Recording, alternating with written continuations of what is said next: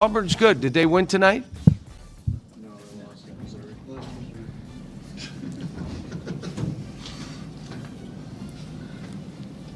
Thanks, Coach.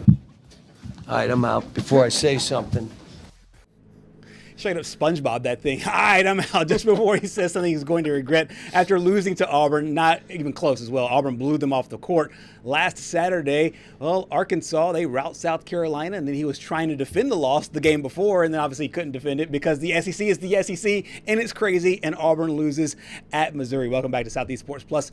Gerhard Mathangani, Patrick Walsh with you here on a Friday. Of course, we said happy Friday at the very beginning. Yes, wish you happy Friday here in the second hour. I got my Friday pink on. As well. Friday, is that a thing? Friday pink? Yeah. Oh, okay. It's like Tiger Sunday.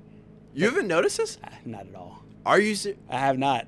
Every Friday. Every Friday? I wear the same shirt every Friday. Even it goes back to when I first started here. Are you serious? Yes. If you go back in the archives. Yeah. Every single Friday, football show.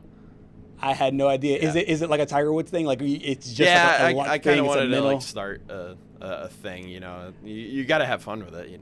Pink Fridays. Pink Fridays. I got to be more observant, man. I had no idea. I had no clue. we do the show every week. I know. I never connected those dots. So back to basketball here. Yeah. John Calipari and company, a huge win over South Carolina. This is, to me, if I'm picking the most dangerous team, maybe not the best, the most dangerous team to me is Arkansas. Now you could just say, hey, rewind the tape from less than a week ago, and we saw them just getting blown off the floor by an Auburn team that might be But I think for John Calipari and company, with a young team, they usually take some time to mature, and it feels like 15, 16 games into the season, they're starting to round into form a bit. Yeah, and I feel like John Calipari is one of those traditional coaches, one of the few that still exist in college basketball, where he's heavy on the recruiting out of high school. Darius Acuff Jr., he's a freshman. He loves to play the freshmen. And a lot of times, as you've seen with Shepard in the past and some other greats there at Kentucky, I believe Anthony Davis was a one and done for the Wildcats.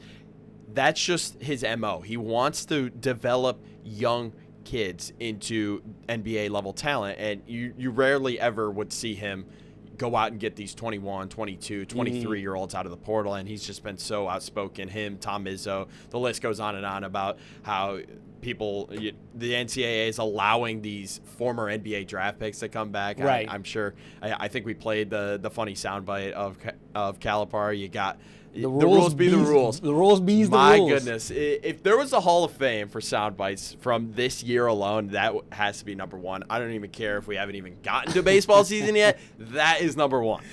To me, I think that Calipari, and I'll just call a spade a spade. A lot of it is selfish. He wants to be able to recruit the younger guys and keep those younger guys in house. But I get his overall stance as well. What is college supposed to be? It's supposed to be a training ground for those 17, 18 to 22, 23. It's not supposed to literally be the minor leagues. Correct. Right. And that's what it's turning into in college basketball. They're trying to stem that a little bit. But Malik Thomas was great for this basketball team. 21 points there off the bench. And this to me is a sign of, it's kind of like what Julian was talking about earlier with Vanderbilt. Every now and again, you just can't rely on the same 5-6 guys to give you your standard points. You need some production off the bench, and maybe an outsized way from their normal production. Why? Because it keeps you deep when you need to win 6 games in a row in the NCAA tournament, or you need to win 6 out of 7 games to end the regular season or to go to your conference tournament,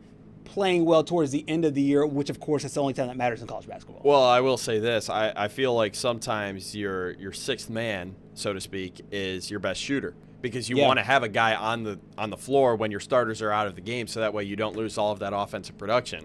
And, well, what did Malik Thomas do? He went 5 for 5 from 3 and 8 for 9. We talked about how efficient LeBaron Philon was the other night. Mm-hmm. This has to be the most efficient 21 points I've ever seen. The only way it could be better is if he went 9 for 9 from the floor. Yeah. I mean, it's just absolutely unreal. Right. And everybody knows Darius Acuff's talent. I mean, he's the reason why Boogie Flan is off to Florida. He's making a lot of money. He'll be a one and done. He'll be a first round. He'll be a lottery pick in the NBA next year. So Pacers, knows, please pick him up. Yeah, honestly, that's probably a good fit to be able to take the ball out of Tyrese Halliburton's hands a little bit and let Halliburton. What are you going to get from Neesmith and Nembhard? Like you just don't know. Precisely. John Calipari on his team's response after after losing that game to Auburn and bouncing back against South Carolina. You know, it's amazing. I've had more people tell me I love your team. Today, Julius Randle texted me and said, I really love your team. I said, did you watch the last game? He said, it doesn't matter.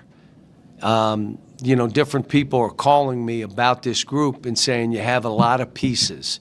And what you got to do is there are games where you just got to find 5 guys. Like, we're not doing this, but these 5 are. But we hit a game where we couldn't even find 5. I was looking for 5. We couldn't find 5. And I even told Lamont after, I said, what you just did here, we did at Auburn. It's the same thing. You kind of let go of the rope. We did the same. But they're a good team. I mean, I've watched them on tape. They either won the game or had a chance to win every game they played. We had been the same with top 10 opponents, and then we hit Auburn. So hopefully we learned our lesson. We don't want to feel the way we felt after that game. I think that's the mark of a good coach. The ones that can say, hey, you know, took one on the chin and then rebound, be able to get better and kind of pounce to a victory coming up next. And we saw what we saw with Arkansas. The next few games for Arkansas looked like this. No schedule is ever easy in the SEC, but you kind of want to do your home and away splits. Georgia, one of the highest scoring teams, and then Vanderbilt, who's of course really ticked off after losing their first game of the season. LSU, Oklahoma, Kentucky, all winnable games, but this is not an easy stretch by any means. No, and I mean, we've seen it this week. Any team can beat any team in the SEC. I mean, LSU should have beaten Kentucky. Yeah. Instead, they're 0-4 in SEC play.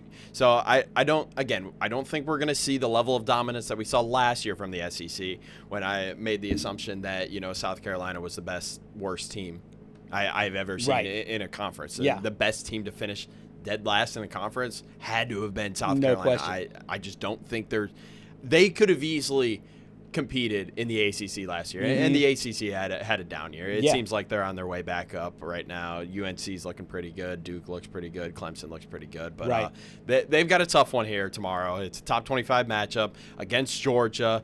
It's in Georgia. Georgia just lost that one at home to Ole Miss. We talked about earlier. So I mean, they're going to be playing 2 straight teams that are mad after losing games that they felt should have won. Yeah, and so it should be really interesting. And this is kind of the gut check time because there's a lot of teams kind of crunched right in the middle after 4 games in SEC play. They're at 2-2.